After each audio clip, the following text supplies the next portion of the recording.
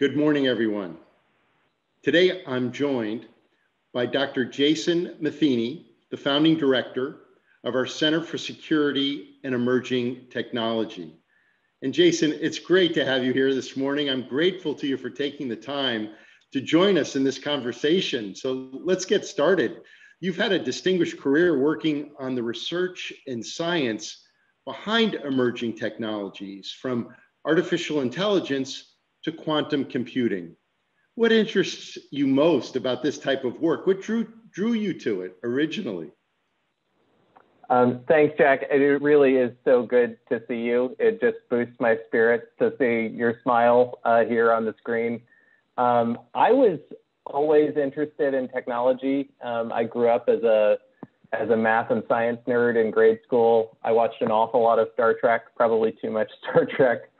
And I started my career in international health with a focus on technologies to address global health needs. And I could see the impact of technology on human lives, watching vaccines and antivirals saving lives in large numbers so cost effectively. And vaccines continue to be one of the best bargains on the planet for saving lives and preventing suffering. And I had planned to spend my career in global health, and particularly on technologies like vaccines.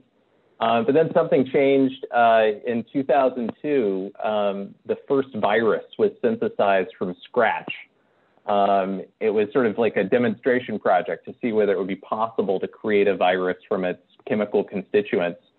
And I was working in India at the time, and my colleagues had been part of the smallpox eradication effort that saved millions of lives every year by eradicating that particular virus from the globe.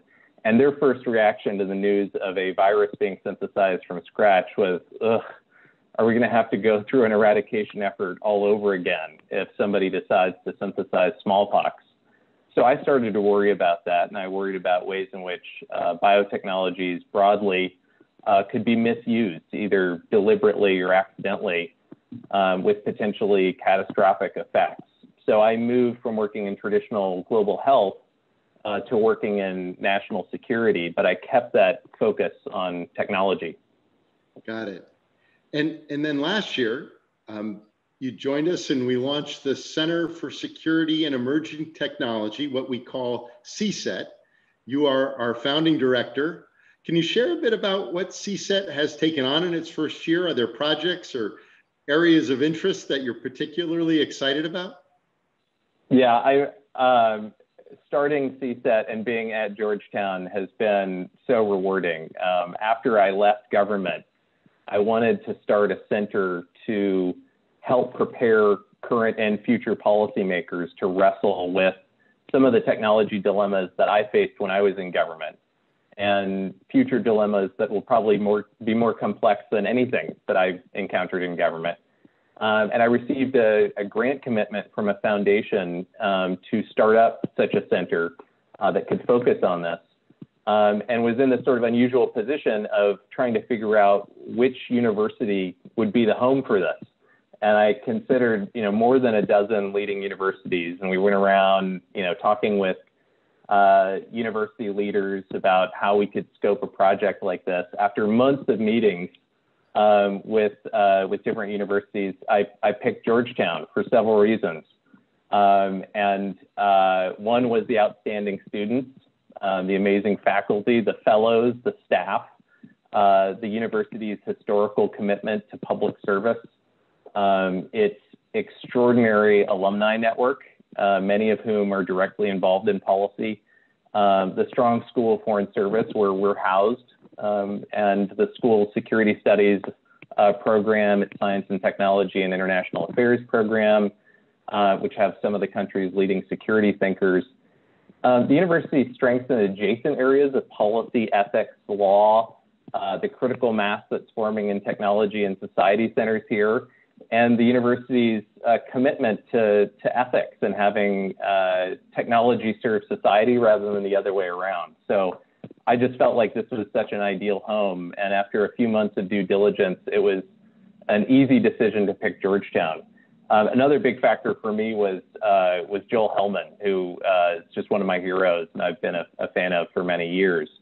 In our first year, we were in startup mode, and so we drew together outstanding people from campus, from government, from industry, across a wide variety of disciplines: computer scientists, economists, attorneys, political scientists, linguists, statisticians.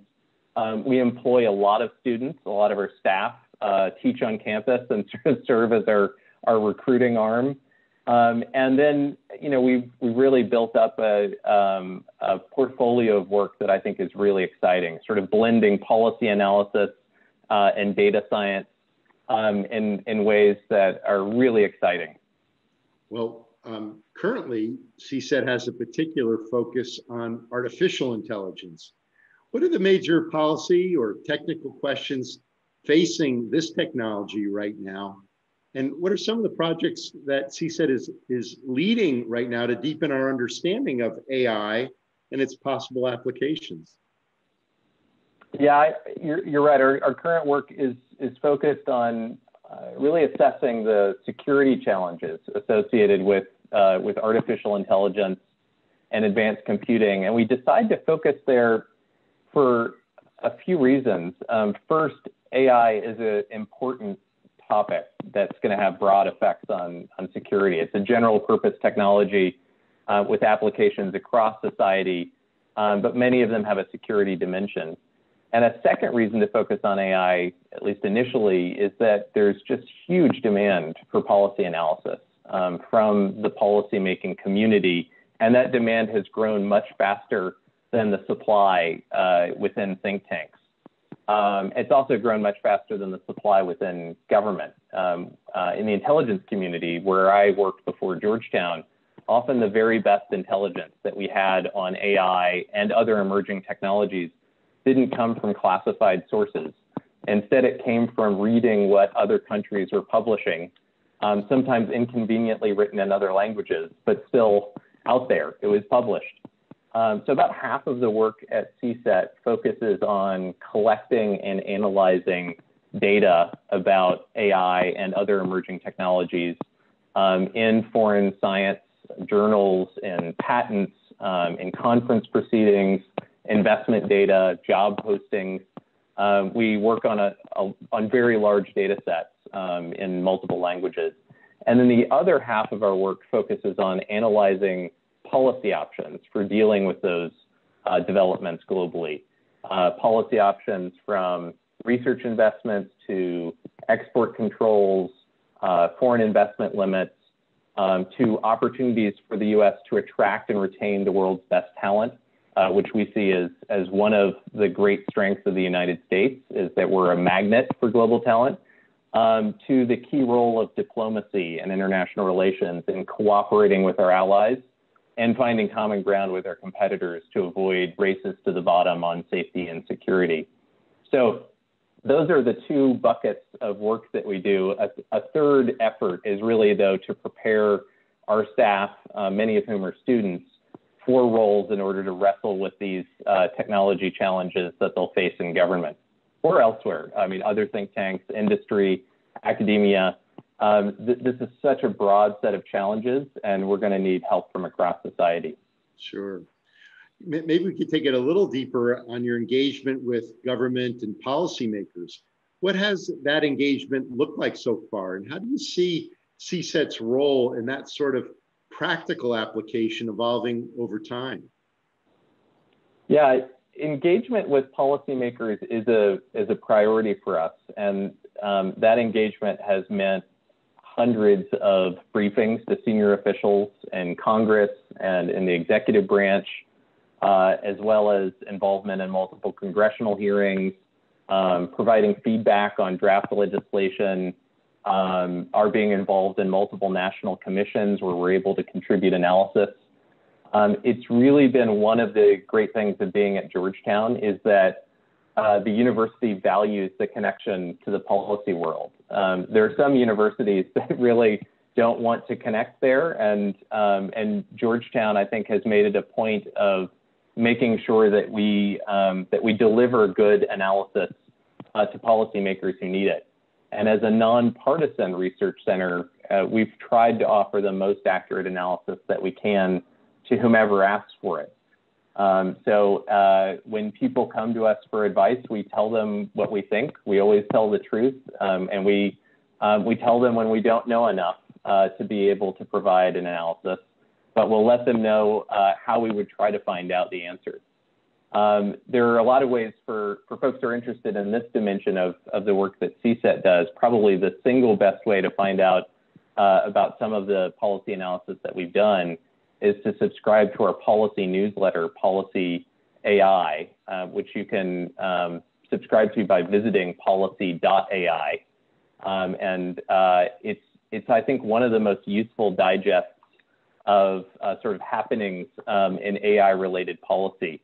And as somebody who has often, oversubscribed to newsletters, this is one that I am especially proud of. I think the team that puts it together at CSET really does an extraordinary job. Beautiful, beautiful. Now, you mentioned that you are housed within our School of Foreign Service, which just celebrated its 100th anniversary.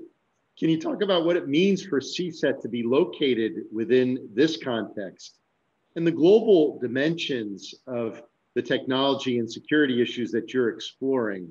How does an understanding of your work contribute to foreign diplomacy, to national security issues, to international relations?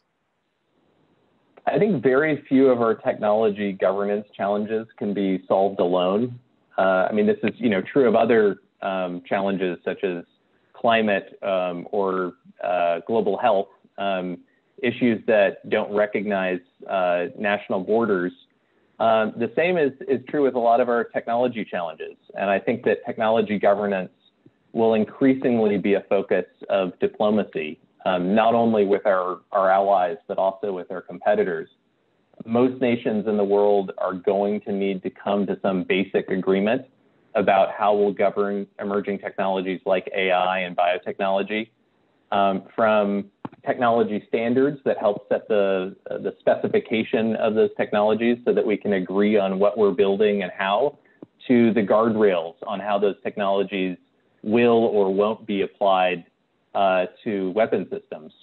And I think one of the great things about being at Georgetown is the unmatched expertise in foreign diplomacy and international relations within the university, and its enormous network of alumni already working on technology diplomacy within the State Department and other offices within government, including some from CSET who've recently graduated from CSET and are now going on to roles in government.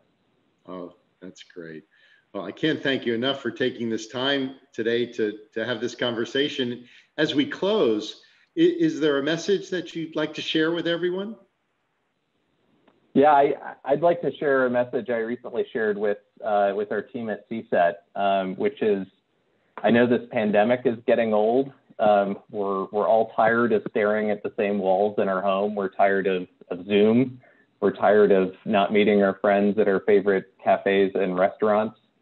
But having a few family members who have had COVID, it is even more tiring to have COVID. So please be safe. Please wear a mask when you're out. Please avoid traveling this holiday. Please also take care of your mental health. Disconnect over the holiday to recharge. Do something that you're not doing the rest of the time. We are in the world's largest uncontrolled psychology experiment. None of us signed an informed consent form. And this pandemic is presenting so many challenges to all of us. Now, the good news is that we're at a university. We're in this together. We're at a school that's truly committed to cura personalis. So let's take care of ourselves and each other.